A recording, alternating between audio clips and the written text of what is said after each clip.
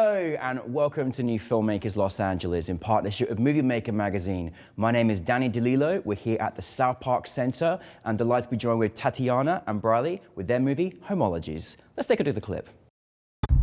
There was an incident. This isn't the first time, is it? And you have some concerns about his behavior? I don't think he loves me. I thought I told her to turn that off! When I get that indigo, I could lay me down and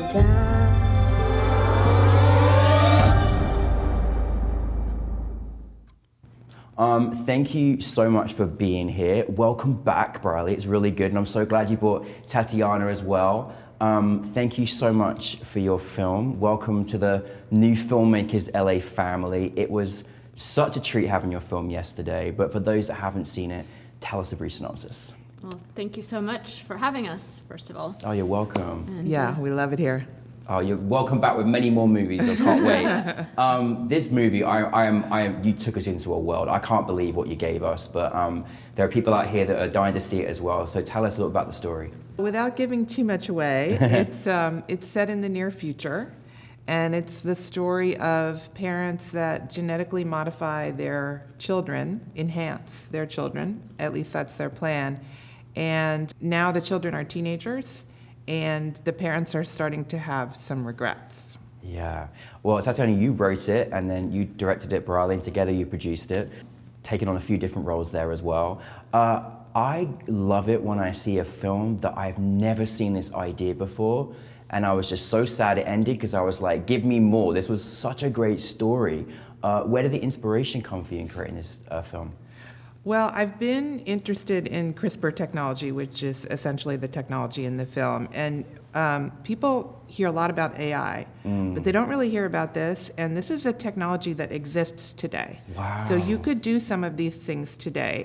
It happens to be illegal in our country, but not in every country. Oh my goodness. And you know, there's a biohacker, for example, in Northern California, who will send kits out. And people can alter their own DNA. It's happening right now. Yeah. So I started out just interested in that idea. And then once I wrote it, I realized that I had actually written a very personal story about me and my son, who was a teenager during the pandemic. And like a lot of teens, fell into depression. Yeah. And I was trying to do the impossible dance that parents did at the time of being really sympathetic, but also needing him to, you know, do his calculus homework and continue on, you know, it's competitive to get into college. And so that was on our minds. And my husband and I kind of felt like we were doing it wrong all the time. Aww. And my son is fine now. We've all recovered, but that I realized once I wrote it, it was actually about that. I was processing that experience. Oh, well, thank you for sharing a story that's like so personal, and I think we underestimate that time for parents and young people during the pandemic. It was a really hard time emotionally, mentally, especially when their lives are, you know, they should be out there enjoying time with friends and being in school and such. So thank you for sharing that. Bryerly, you're back with us. How did you get involved with this project with Tatiana? So I am part of a writers group with Tatiana as an actress, and I was actually asked to play the role of the mother in the first read-through of the script. And it was really fascinating for me because I actually immediately identified more with the kids. So even though Tatiana had written the script from the perspective of the parents, I saw myself in these kids. Wow. And it kind of gave me a bit of an insight, this is maybe how my parents felt as I was having my own struggles growing up. And so I think that was really the beauty of this project of having a writer and a director coming from two different perspectives, is I think that created a real complexity of perspectives in the film where there's not any single character that kind of controls the narrative. Yeah. And we're kind of sort of seeing them from a bit of distance and then coming along with each character for the ride. Yeah. And I think that's the thing about family dynamics is it's like so complex, and everyone is trying their best, hopefully, you know, but it can turn people into complete villains, you know? Yeah, and you know, and I think that's wonderful the way it was. I mean, the way you wrote it, I was like, I really didn't know what was coming next, but you gave such a fair opportunity for every actor to really show their perspective and what they were feeling as well. I'm just fascinated by this story. It's not easy to make a film in sci-fi in this genre. Like, what was it like directing? How did you create this, like, I mean, it felt like this futuristic set, like it was insane. I felt like, wow, it was incredible. How did you go about bringing the production? What kind of ideas did you have together to kind of really showcase this? Yeah, I mean, it is a very contained story in one space. When I first came across the script and I first pitched my ideas as a director to Tatiana, I was like, I'm gonna have all these other spaces, and then I made another film with like a whole bunch of different locations, and it did not turn out the way I wanted to.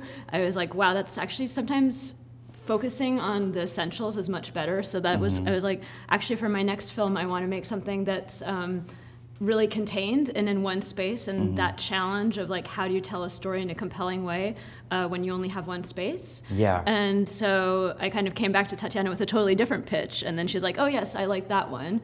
And then we do come out of this space at one point when we see the daughter, and that character actually wasn't in the initial script. Oh, really? But this strange thing happened where, because I had immediately sort of like identified with these kids, where when we started to do the casting, I reached out to agents and I included the role of the daughter in the casting. And then Tatiana was like, oh, so I guess the daughter's in the film now. Wow.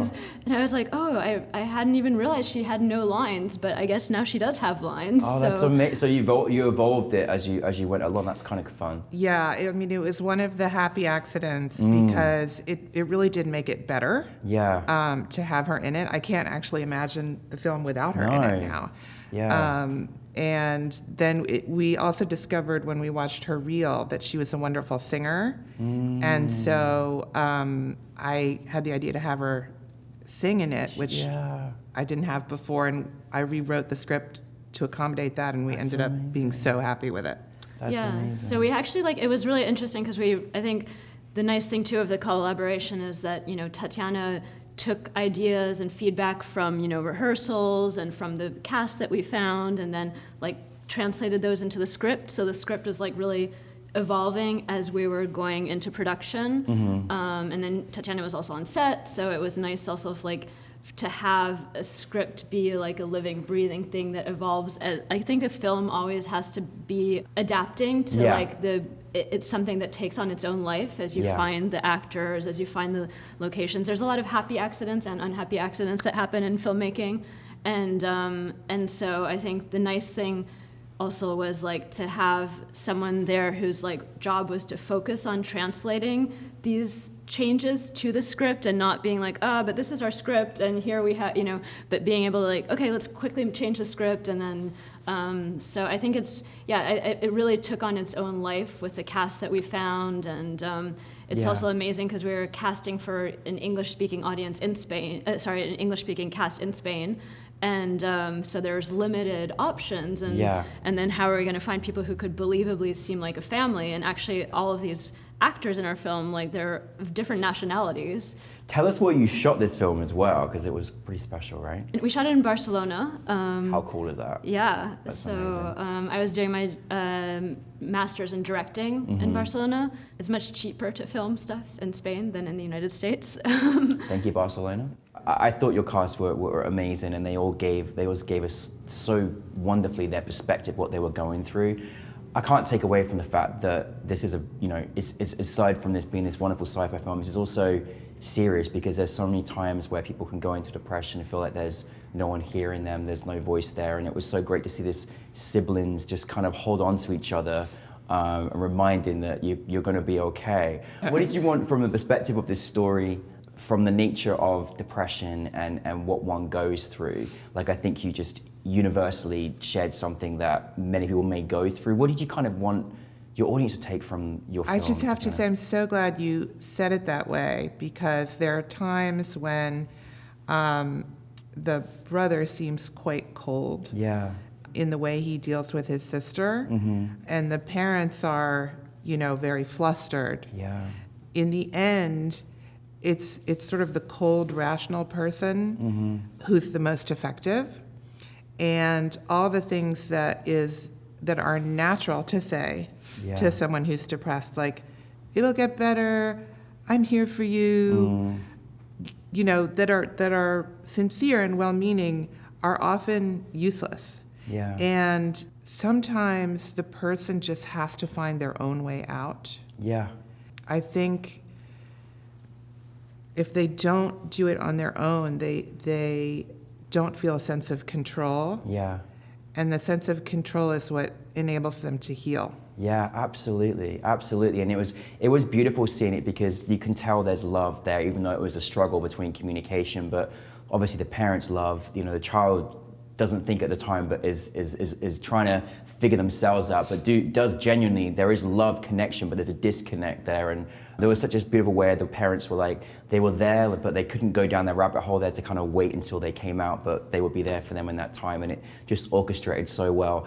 I love the techniques that you used, like, to make this feel sci-fi, like everything from like the phone interaction when he's talking to his sister, the amazing eyes. I was like, whoa. I was like, so how did you go about discussing like the techniques to kind of give it that kind of sci-fi edge and that futuristic element?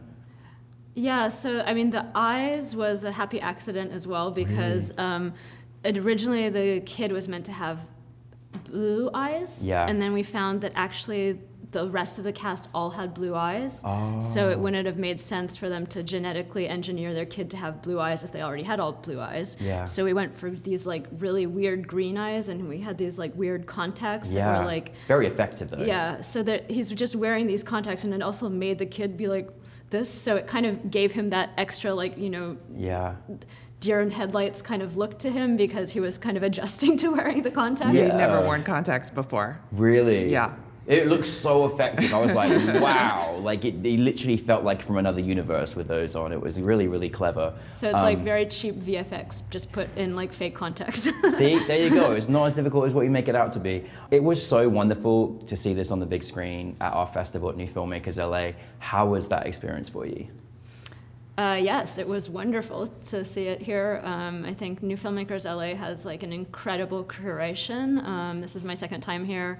I think New Filmmakers Los Angeles is really like the place where it's happening right now, where like really new talent is being discovered. And I think like, even over the past few years, like when I first came here and then coming here now again, like I've seen your organization grow so much in terms of like what you're doing for filmmakers, and like giving us, the spotlight and the opportunity to connect with people in the industry and take our careers to the next level. And I know some of your alumni have already succeeded in getting feature films off feature film deals, and like working on TV shows. And so I think that like I'm excited to be part of this community, because I think that like your filmmakers are gonna go on and like take over the industry. Yes, they are. Yes, they are. I love that. Oh my God. How was it first experience for you, Tatiana? I mean, also wonderful, and we were in such good company. Yes, great program. Great program, and because we're in LA, most people here really know what they're doing, and there's a level of confidence that just keeps the bar really high. Yeah, well, we can't do it without you both and your talent and what you brought to us. So, you're a reflection of what we do, but you are making me blush by the lovely things that you said.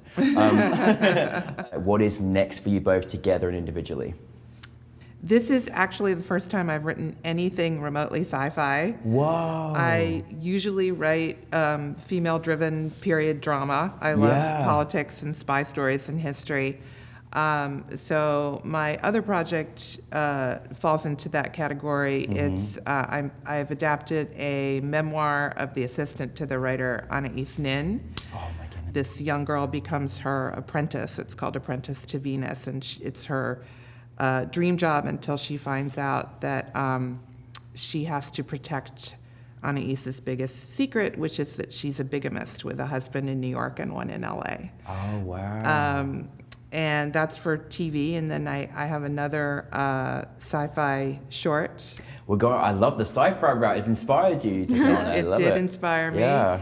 And then I have a novel called An Unexpected Guest, which is set in the world of diplomacy that I adapted as a feature that has a Wow. British director attached. Can we buy the novel too? Yes, it's called An Unexpected Guest. And we can get that on. Amazon. Yeah. We've got to go and buy that first, and then we've got to watch the movie. I'm going to buy that tonight, all right? It's amazing. Well done. And what about for you, Bryerly? I have been in the world of sci-fi a little bit because Yeah. my first role as an actress was opposite a real android robot. It's amazing, yeah. And I like toured the world and worked with like Japan's top roboticists. So I do You're also. so good in that, my God. Oh, Yeah, thank you. yeah. I do have a feature script, so also based off of like my experiences working in, in that field. And, I think that with artificial intelligence, Mm-hmm. I'm like very excited to make that script. It's set in Japan, so it's probably going to be like a bigger budget project, a bit Yeah. more down the line. In the immediate future, I just finished writing a romantic comedy for a Spanish production company, so totally different vein from Homologies. And part of the motivation for that is because my other films that I wrote, I have one also set in Vietnam, a coming-of-age story set in the 1990s. So these are all very specific places, international. I tend Yeah. to gravitate towards very international projects.